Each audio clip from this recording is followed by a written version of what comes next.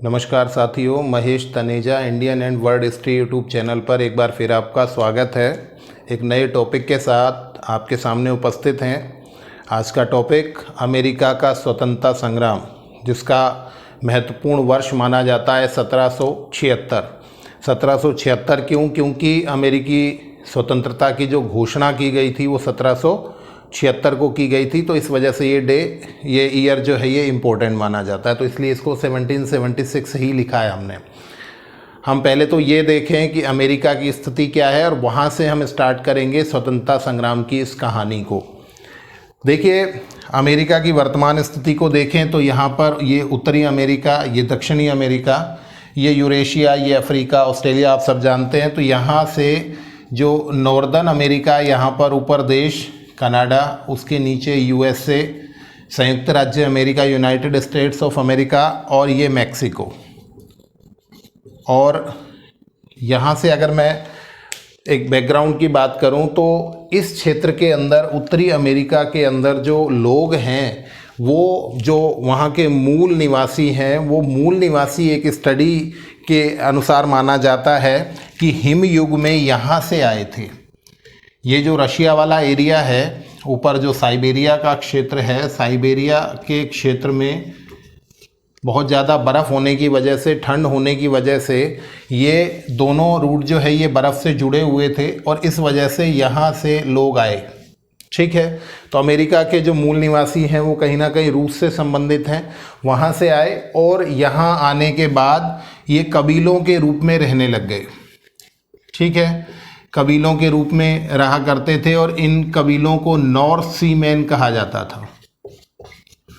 इन कबीलों को north seaman कहा जाता था। और आपको बताएं, 17वीं 18वीं शताब्दी तक अमेरिका में लोग कबीलों में रहा करते थे और ये लोग जो हैं ये बहुत ज़्यादा एजुकेटेड नहीं हैं और पूरे वर्ल्ड से ये डिस्कनेक्ट हैं, पूरी तरह से ये डिस्कनेक्ट थे। कारण क्या था कि हिमयुग समाप्त होने के बाद बर्फ़ पिघल गई और ये इस तरह से इस साइबेरिया वाले क्षेत्र से भी डिस्कनेक्ट हो गए थे, अर्थात इनका कोई संबंध नहीं रह गया था। और ये कोई भी ऐसी कंट्री नहीं थी, कोई भी ऐसा कॉन्टिनेंट नहीं था जहाँ के लोग अमेरिका में आए हों।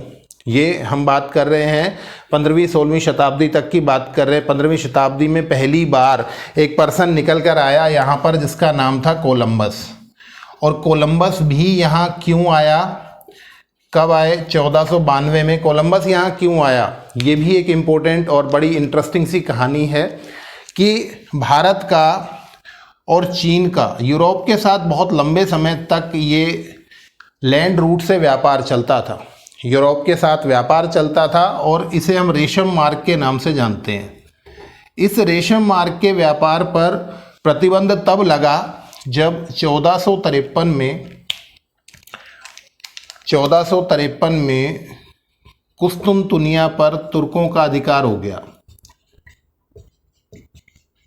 आपको बता दें, एक बहुत बड़ा रोमन एम्पायर हुआ करता था।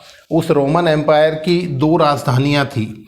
एक राजधानी यहाँ पर थी रोम और दूसरी राजधानी, रोमन एम्पायर बहुत बड़ा था, मैं आपको बताऊं इतना बड़ा क्षेत्र था उसका। तो इस रोमन एम्पायर की जो पूर्वी रोमन साम्राज्य था उसकी राजधानी थी कुस्तुनतुनिया और जो पश्चिमी रोमन साम्राज्य था उसकी राजधानी थी रोम। दो भागों में ये बट गया था। तो इस कुस्तुनतुनिया पर, जिसको कॉन्स्टेंटिनोपल बोलते हैं, आज की तारीख में इस्तांबुल कहते हैं, इस क्षेत्र पर तुर्कों ने, अर्थात इस्लामिक लोगों ने अधिकार कर लिया। और जब इस्लामिक लोगों ने अधिकार कर लिया तो ये जो रेशम मार्ग से व्यापार की परंपरा थी वो समाप्त हो गई। अब यूरोप के लोगों को बड़ी आदत हो चुकी थी भारत के मसाले, चीन के रेशम, इन सब चीज़ों को प्राप्त करने की। और इस आदत, इस हैबिट की वजह से वो छटपटाने लगे और उस छटपटाहट में दो देशों ने बहुत सारी कोशिशें की कि किसी तरह से भारत पहुंचा जाए। और उन दो देशों के नाम जिन्होंने बहुत कोशिश की, वो एक तो था पुर्तगाल और दूसरा था स्पेन। यहीं पर ये स्पेन, इन दो देशों ने बहुत सारी कोशिश की कि भारत पहुंचा जाए और इसके लिए बहुत सारे प्रयास किए गए। और इन प्रयासों को यदि हम देखें तो सारे के सारे नाविक जो जाया करते थे वो इधर से ट्राई कर रहे थे, अफ्रीका का चक्कर लगा के, क्योंकि ये वाला रूट जो है ये स्वेज नहर बनने से पहले, अब तो स्वेज नहर है यहाँ से, परंतु स्वेज नहर बनने से पहले ये वाला क्षेत्र यहाँ बंद था और बंद होने की वजह से यही एक रूट बनता था कि आप भारत चले जाएं। ठीक है, तो बहुत सारे नाविकों ने बहुत सारे प्रयास किए और यहाँ के जो राजा थे हेनरी द नेविगेटर, उसके अलावा यहाँ पर स्पेन की एक राजकुमारी थी ईसाबेल, इन्होंने बहुत ट्राई किया कि किसी तरह से भारत पहुँचा जाए और भारत पहुँचने के लिए जो प्रयास थे वो किए जरूर गए, परंतु इतने अच्छे जहाजी बेड़े थे नहीं कि आप भारत पहुँच जाएं। और जब नहीं पहुँच पा रहे थे तो ऐसी स्थिति में यहाँ पर एक एक्सपेरिमेंट के तौर पर इटली के निवासी कोलंबस ने, ध्यान रखना है इटली का निवासी है, और स्पेन की तरफ से इसको भेजा किसने है, स्पेन की तरफ से गया, ईसाबेल जो रानी थी उन्होंने भेजा है, और उनकी तरफ से इसने कहा कि मैं इस तरफ से भारत जाऊंगा। क्योंकि पृथ्वी गोल है तो आप यहाँ से शॉर्टकट ढूंढ रहे हैं, आपको ये नहीं पता है कि यहाँ अमेरिका जैसा कोई कॉन्टिनेंट है, तो आपको लगता है कि जैसे ही यहाँ समुद्र से चलेंगे, पैसिफिक ओशियन है, प्रशांत महासागर है, प्रशांत महासागर ये इस साइड है और ये इस साइड है, और प्रशांत इसलिए कहा जाता है क्योंकि वो बिल्कुल शांत है। ठीक है, तो ये कोशिश कर रहे हैं कोलंबस अमेरिका तक भारत तक पहुँचने की, और वो इस तरफ से चले। और इस महासागर में लोग नहीं आया करते थे, इसको अटलांटिक बोलते हैं हम लोग, हिंदी में हम लोग कहते हैं अंध महासागर। और अंध महासागर इसलिए कहा जाता है क्योंकि सबसे ज़्यादा तूफान जो है वो किस महासागर में आते हैं, यहाँ पर आते हैं। बरमूडा ट्रायंगल जैसे यहाँ पर स्थान है जहाँ पर जहाज़ जो है वो उड़ते हुए गिर जाते हैं, तो कोई भी इस तरफ नहीं आता था। और एक पुरानी ऐसी कहानियाँ किंवदंतियाँ चली हुई थी कि जो इस समुद्र में जाएगा वो मर जाएगा, बिकॉज देयर आर घोस्ट्स, वहाँ पर भूत हैं, इस तरह से कहा जाता था। जो गया था वो लौट के आया नहीं था, परंतु फिर भी कोलंबस ने धैर्य दिखाया, हिम्मत दिखाई, और कोलंबस इस तरफ चल दिए। और जब कोलंबस इस तरफ चल दिए तो वो यहाँ पर कुछ छोटे छोटे द्वीप थे, वहाँ वो पहुँच गए, और उन द्वीपों पर पहुँचकर उन्होंने कहा कि आई हैव फाउंड इंडिया, कि मुझे भारत मिल चुका है। अब भारत मिला है या नहीं मिला है, उसको ये बताया गया था कि जब तुम भारत में पहुँचोगे, क्योंकि पुराना एक्सपीरियंस काम कर रहा है। देखिए 1453 से पहले तक व्यापार था, वो बुजुर्ग आदमी जिंदा थे। यहाँ 1492 में आप ट्रैवल कर रहे हो, तो उनको ये कहा गया था कि जब आप भारत जाओगे तो वहाँ के लोग जो है ना, एक तो ब्लैक हैं, क्योंकि हम यूरोपियन कंट्रीज़ की तुलना में हम लोग काले हैं, तो आप ये समझिए कि उनको ये पता लग गया कोलंबस को कि भाई काले लोग मिलेंगे आपको, लंबे कद के ज़्यादा लोग मिलेंगे। तो जब वो यहाँ पहुँचे तो काले काले लोग थे, लंबी हाइट वाले लोग थे, और वो कोलंबस को लगा कि वो एग्जैक्ट जगह पर है, तो उसने कहा कि आई हैव फाउंड इंडिया, और उसने इस क्षेत्र का नाम इंडिया रख दिया, मतलब उसको इंडिया डिक्लेयर कर दिया। हालांकि बाद के शोधों से पता लगा कि ये तो इंडिया नहीं है, और इस वजह से पश्चिमी साइड में होने की वजह से इस क्षेत्र को वेस्ट इंडीज़ कहा गया। बाद में क्या कहा गया, वेस्ट इंडीज़ कहा गया। और इसी के साथ आपको बता दें कि कोलंबस ने जो यहाँ के लोगों को नाम दिया था वो दिया रेड इंडियंस नाम दिया था। तो ये मूल निवासी जो अमेरिका में थे, ये इनको देख लिया कोलंबस ने, और उसने गलती से अमेरिका की खोज कर दी, मतलब जल मार्ग से। अब थल मार्ग का तो ऑप्शन ही नहीं था, जल मार्ग से खोज कर दी। और खोज करने के बाद जब वो वापस लौटा तो वहाँ लोगों ने पूछा कि तुम गए थे, इस बात के तो प्रमाण तुम लाए हो कि तुम गए थे, पर तुम मसाले लाए हो क्या?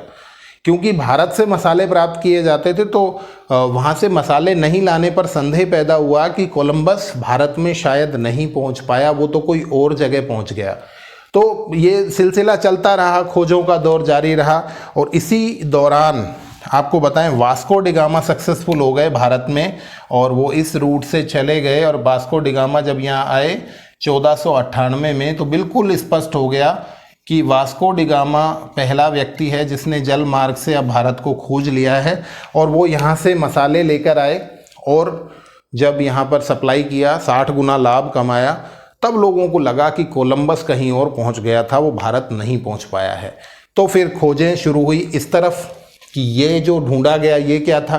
तो इसको ढूंढने के लिए फिर प्रयास शुरू हुए, और उन प्रयासों में 1501 में एक व्यक्तित्व यहाँ गए जिनका नाम था अमेरिगो वेस्पुची नाम से एक नाविक यहाँ गए, और उन्होंने कहा कि ये तो इंडिया नहीं है, ये तो कोई नया कॉन्टिनेंट है। और आपको बताएं, इस नए कॉन्टिनेंट की इस खोज की वजह से ही इस अमेरिका को हम न्यू वर्ल्ड बोलते हैं, नई दुनिया, न्यू वर्ल्ड, नई दुनिया, नई दुनिया की खोज हो गई। मतलब किसी को पता ही नहीं था और वहाँ आप पहुँच गए हैं। और इस अमेरिगो वेस्पुची के नाम से ही अमेरिका का नामकरण किया गया। खोज तो किसने की? कोलंबस ने की, चाहे वो इस बारे में जानता नहीं था, परंतु नामकरण अमेरिगो वेस्पुची के नाम से किया गया और अमेरिका का नामकरण हो गया। अमेरिका के अंदर अगर हम प्राचीन सभ्यताओं की बात करें तो 2 सभ्यताएं वहाँ देखने को मिलती हैं, माया सभ्यता और एज़टेक सभ्यता। हर देश के अंदर इस तरह की सभ्यताएं, जैसे भारत में हम लोग पढ़ते हैं, भारत पाकिस्तान के क्षेत्र में सिंधु घाटी सभ्यता है, यूनान के अंदर क्रीट की सभ्यता है। तो इस तरह से जो प्राचीन सभ्यताएं हैं, तो यहाँ माया और एज़टेक नाम की सभ्यताएं पहले अस्तित्व में रही थी। अब देखना ये है कि किस तरह से अमेरिका का वो दौर निकल कर आता है कि अब यूरोपीय शक्तियां जो हैं वो अमेरिका की तरफ दौड़ेंगी, क्योंकि नया क्षेत्र है और नए क्षेत्र में इनको बहुत ज़्यादा एडवांटेज मिलने वाले हैं, बहुत ज़्यादा लाभ दिखाई देते हैं। वो जा रहे हैं यहाँ पर अमेरिका के क्षेत्र में एक एक करके।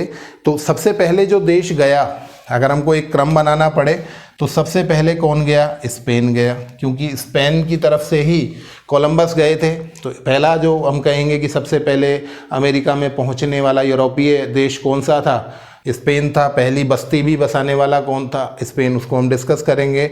स्पेन के बाद कौन आए? इसके बाद आए हॉलैंड, हॉलैंड के बाद आए इंग्लैंड, इंग्लैंड के बाद आए फ्रांस, और फ्रांस के बाद हम बात करें तो जर्मन लोग आए।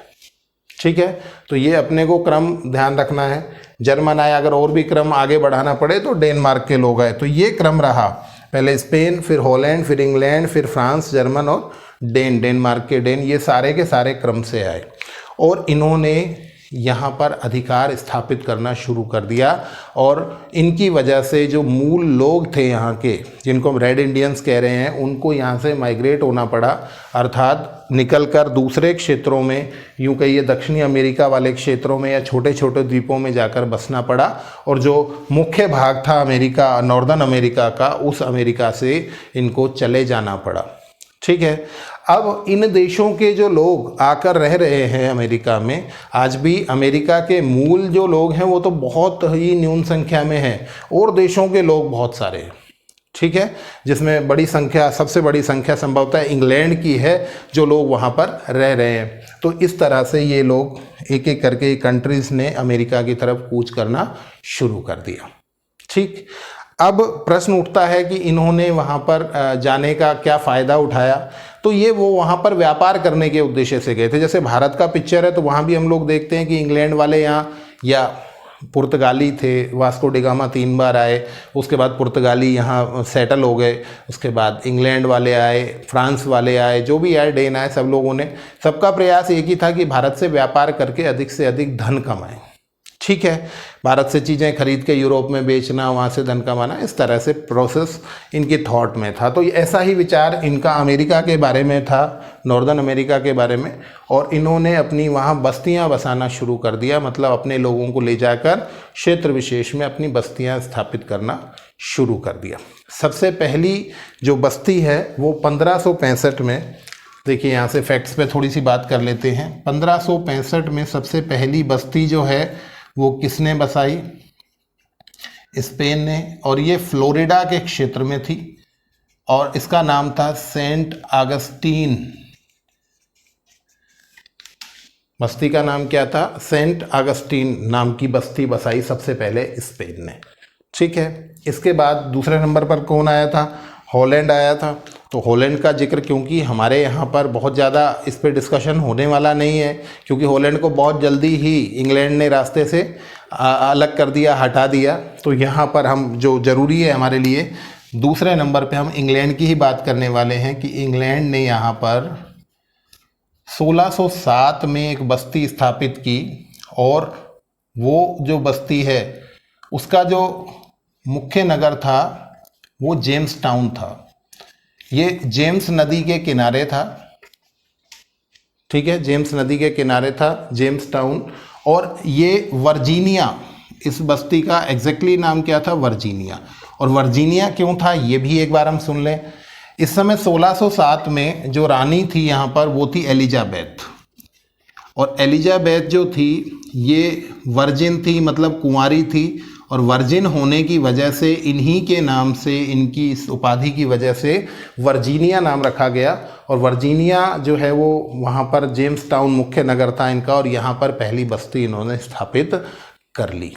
ठीक है, इसी तरह से, और मैं आपको बताऊं ये प्रयास ऐसा नहीं कि 1607 में ही एक बार में हो गया, ये प्रयास 1584 से 87 के मध्य भी वॉल्टर रैले ने किए थे, पर वो इस काम को पूरा नहीं कर पाए थे, कहीं ना कहीं वो इसको फाइनलाइज नहीं कर पाए, असफल प्रयास रहा। तो फाइनल जो है यहाँ पर, फाइनल जो करने का काम किया वो किया जॉन स्मिथ ने। आपको ध्यान रखना है, पहली बस्ती इंग्लैंड के द्वारा जो बसाई गई उसमें मुख्य भूमिका किसकी थी? जॉन स्मिथ की थी। ठीक है, तो ये बस्तियां बसा दी गई, और धीरे धीरे धीरे धीरे मतलब इंग्लैंड ने यहाँ पर 13 उपनिवेश स्थापित कर लिए। ठीक है, आपको ध्यान रखना है कितने उपनिवेश बसा लिए इंग्लैंड ने? 13 उपनिवेश बसा लिए, 13 बस्तियां यहाँ पर बसा दी। और कभी कभी एग्ज़ाम में इन 13 का नाम भी पूछ लिया जाता है, तो मैं आपको एक कोशिश कर रहा हूँ कि मैं आपको ये 13 से भी परिचित करा दूँ। कई बार जैसे भारत में पूछ लिया जाता है कि फ्रांसीसियों की बस्ती कौन सी थी और इंग्लैंड के द्वारा कौन कौन सी फैक्ट्रीज बनाई गई, तो वहाँ इस तरह का क्वेश्चन वहाँ भी बन सकता है हमारे लिए अमेरिका के स्वतंत्रता संग्राम में से। तो हम लोग उन सारे नामों को एक बार देख लें कि कौन कौन सी बस्तियाँ वहाँ पर थी। देखिए 13 उपनिवेश कौन से थे? Virginia, New Jersey, New Hampshire, New York, Delaware,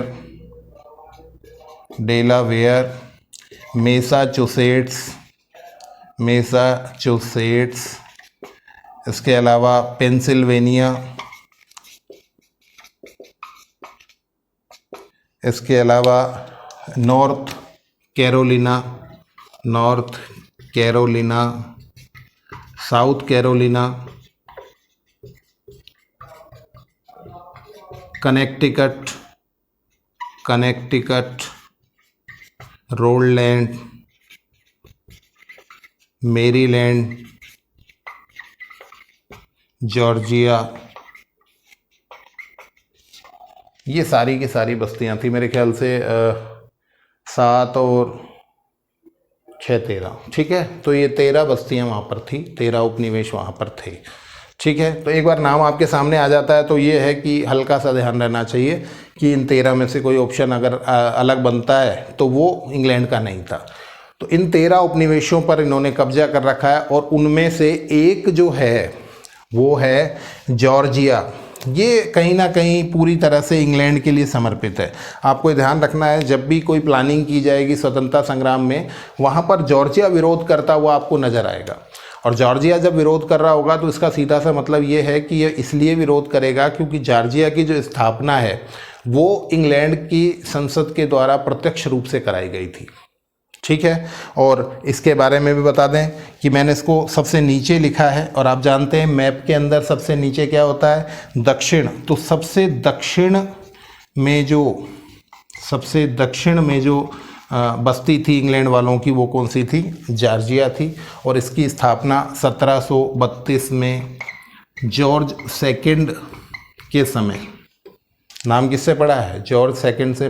वो आ जाएगा कि जॉर्जिया की स्थापना किसके नाम से की गई? जॉर्ज 5th 6th सेकंड है ना। तो जॉर्ज सेकंड के समय में ओगलथार्पे नाम के जो अधिकारी थे उन्होंने की, ओगलथार्पे, इनके द्वारा स्थापना की गई थी।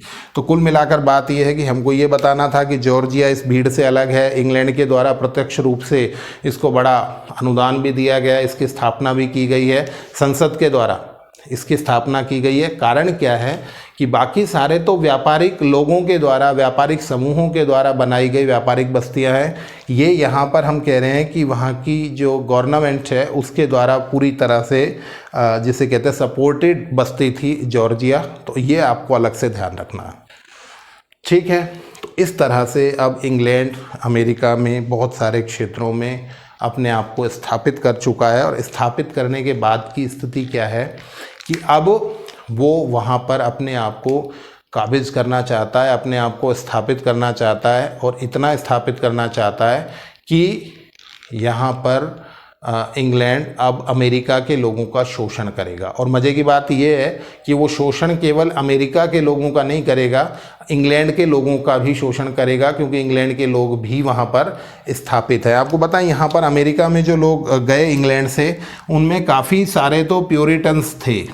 आपको याद होगा, हमने धर्म सुधार आंदोलन का एक लंबा सा चैप्टर इससे पहले डिस्कस किया, और वहाँ पर हमने बताया था कि इंग्लैंड के अंदर एंग्लिकनवाद की स्थापना हो गई थी।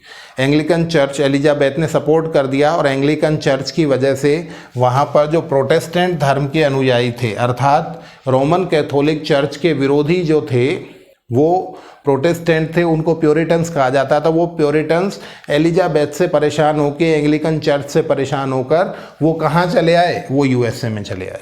बहुत सारे लोगों को इंग्लैंड से काले पानी की सज़ा दी जाती थी। कहाँ के लिए? कि आपको कहाँ भेजा जाएगा? अमेरिका भेजा जाएगा। क्योंकि जब अमेरिका की खोज हो गई तो उनको लगा कि ऐसे लोगों को आप कहाँ भेज दीजिए? अमेरिका भेज दीजिए। और इंटरेस्टिंग बात ये कि जो अमेरिका पहुंच गया वो करोड़पति हो गया, वो बहुत अच्छी स्थिति में भी चला गया। तो ऐसे लोग यहाँ पर बहुत बड़ी संख्या में थे जो इंग्लैंड के विरोधी थे, और इंग्लैंड के विरोधी होने की वजह से इंग्लैंड और इस अमेरिका के क्षेत्र का आपसी विवाद होना लगभग तय था। ठीक है, अब किस तरह से शोषण की परंपराएं स्टार्ट हुई, इसको हम तेज़ी से देख लेते हैं ताकि हम इन चीज़ों को जल्दी जल्दी आत्मसात करते चलें और फिर नेक्स्ट वीडियो में हम इससे आगे का डिस्कशन कर पाएँ। देखिए, सबसे पहली बात कि यहाँ पर आर्थिक शोषण की परंपराएं शुरू हो गई इंग्लैंड के द्वारा, और आर्थिक शोषण के संदर्भ को मैं 3 लाइनों में ख़त्म करने की कोशिश करूँगा। पहला, इनका नेविगेशन एक्ट या नौ संचालन कानून 1651। ठीक है, क्या है ये? मैं आपको इसको वैसे भी लिख देता हूँ, कई बार इंग्लिश यूज़ कर लेता है। Navigation act. इस नेविगेशन एक्ट के द्वारा ये कहा गया कि अब अमेरिका के लोग अपना जितना भी व्यापार करेंगे वो इंग्लैंड के जहाज़ों के माध्यम से करेंगे, इंग्लैंड के जहाज़ों के माध्यम से करेंगे। इससे क्या होगा? इससे इंग्लैंड को फ़ायदा क्या है और अमेरिका को नुकसान क्या है? तो पहली चीज़ तो ये कि अमेरिका का जो जहाज़ निर्माण का उद्योग था वो समाप्त हो जाएगा, क्योंकि अब जहाज़ किसके काम में लेने पड़ेंगे आपको? इंग्लैंड के। दूसरी बात, जब जहाज़ इंग्लैंड के होंगे तो निश्चित रूप से पूरा कंट्रोलिंग आपके व्यापार पर किसका हो जाएगा? इंग्लैंड का हो जाएगा। तो ये व्यापार को कंट्रोल करने का एक तरीका था। इसके अलावा एक और फैक्ट इसी के अंदर जोड़ दें, 1666 में इसी के अंदर एक चीज़ को ऐड किया गया कि अब अमेरिका का जितना भी आयात निर्यात होगा, निश्चित सी बात है किसके माध्यम से होगा? जहाज़ों के माध्यम से होगा। ये आयात निर्यात जितना भी होगा, इसके अंदर प्रत्येक जहाज़ इंग्लैंड होकर ही जाएगा। इंग्लैंड होकर ही जाएगा का मतलब क्या है कि यदि कोई चीज़ की आवश्यकता जो इंग्लैंड को है और वो चीज़ अमेरिका में उपलब्ध है, तो वेरी फर्स्ट वो किसको डिलीवर करना पड़ेगा? किसको देना पड़ेगा? अमेरिका के पास कोई प्रोडक्ट है, वो कहीं और बेचना चाहता है तो वो कहीं और नहीं बेच सकता, पहले उसे कहाँ ले जाना होगा? इंग्लैंड में। अगर उसकी ज़रूरत इंग्लैंड में है तो वो इंग्लैंड में ही बेचना पड़ेगा, उसके बाद आप दूसरी जगह बेच सकते हैं अगर बच गया तो। ठीक है, तो ये नियम बना दिया गया। तो आयात निर्यात जब करेंगे अमेरिकन लोग तो उसके लिए उनको इंग्लैंड से होकर ही सामान को आगे सप्लाई करना है, वहाँ पहले जाना पड़ेगा। अगर इंग्लैंड को कोई चीज़ की नीड है तो पहले उसको सप्लाई करना पड़ेगा, उसके बाद पूरे विश्व में व्यापार किया जा सकता है। तो ये नेविगेशन एक्ट आपको समझ में आ गया होगा, पूरी तरह से कंट्रोल करने की एक कोशिश है। इसके बाद बात करते हैं दूसरा, औद्योगिक कानून। बहुत शॉर्ट में बता दूं आपको मैं, औद्योगिक कानून क्या था? इसके द्वारा ये किया गया कि 1750 में ये लागू हुआ कि आप ऊन का जो व्यापार करते हैं, ऊन के जो उद्योग आपने लगा रखे हैं उसको रोक दिया गया। लौह इस्पात के जो उद्योग आपने लगा रखे हैं वो भी आपके क्या कर दिए गए? उनको भी रोक दिया गया। अर्थात आपको लोह से बनी हुई चीज़ें आप कहाँ से ख़रीदनी होंगी, इंग्लैंड से ख़रीदनी होंगी, और कहीं से ये ख़रीदने देंगे नहीं। तो अमेरिका के इस तरह के उद्योगों को रोक दिया गया, प्रतिबंधित कर दिया गया, और निश्चित रूप से अमेरिका के लोगों का ये आर्थिक शोषण आपको दिखाई देगा। और तीसरा और इम्पोर्टेंट मैटर जो है वो है व्यापारिक प्रतिबंध लगा दिए गए। और व्यापार प्रतिबंध कौन से हैं कि लकड़ी, कपास, चावल, चमड़ा, अगर आप इन चीज़ों को देखेंगे, नौसैनिक उपकरण, ये सारी की सारी चीज़ें बहुत इम्पोर्टेंट हैं और बेसिक चीज़ें हैं। इन बेसिक चीज़ों को अमेरिका किसी और देश को नहीं बेच सकता, उसे ये सारा का सारा केवल इंग्लैंड को बेचना। अब आप सोचिए कि जब इंग्लैंड को ही बेचने का ऑप्शन आपके पास बच जाता है तो इसका मतलब क्या होगा, पूरा का पूरा दबाव बनेगा कि जो भी रेट वो ख़रीदना चाहेंगे ख़रीदेंगे, और अमेरिका का इस तरह से व्यापार का ढांचा जो है वो पूरी तरह से ध्वस्त हो जाएगा। तो ये सारा का सारा आर्थिक शोषण आपको यहाँ से देखने को मिलेगा। और इस आर्थिक शोषण के माध्यम से अब अमेरिका उस स्थिति में है, इंग्लैंड के वो बिल्कुल पीछे है, अमेरिका के लोगों का शोषण जारी है, इंग्लैंड अपनी मनमर्जी किए जा रहा है, और उस मनमर्जी को रोकने के लिए कहीं ना कहीं अब स्वतंत्रता संग्राम की एक संघर्ष की आवश्यकता दिखाई देती है। अब उस आवश्यकता की पूर्ति कहाँ से होगी, ये डिस्कशन करेंगे नेक्स्ट वीडियो में। शुरुआत से ही सप्तवर्षीय युद्ध और कैसी कैसी ग्रीनविले की नीतियाँ, उन सारों पे हमारा विचार आगे बढ़ने वाला है। आप लोग जुड़े रहिए Mahesh Taneja Indian and world history YouTube channel से। धन्यवाद।